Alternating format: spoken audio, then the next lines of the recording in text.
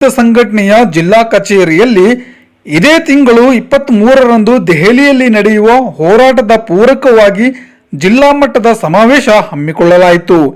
ಈ ಸಂದರ್ಭದಲ್ಲಿ ಸಂಘದ ರಾಜ್ಯ ಕಾರ್ಯದರ್ಶಿಗಳಾದ ಕಾಮ್ರೇಡ್ ಬಿ ಭಗವಾನ್ ರೆಡ್ಡಿ ಅವರು ಮಾತನಾಡುತ್ತಾ, ರೈತರ ಎಲ್ಲಾ ಬೆಳೆಗಳಿಗೆ C2+50% ಆಧಾರದಲ್ಲಿ ಕನಿಷ್ಠ ಬೆಂಬಲ ಬೆಲೆಯನ್ನು ಕಾನೂನುಬದ್ಧಗೊಳಿಸಬೇಕು.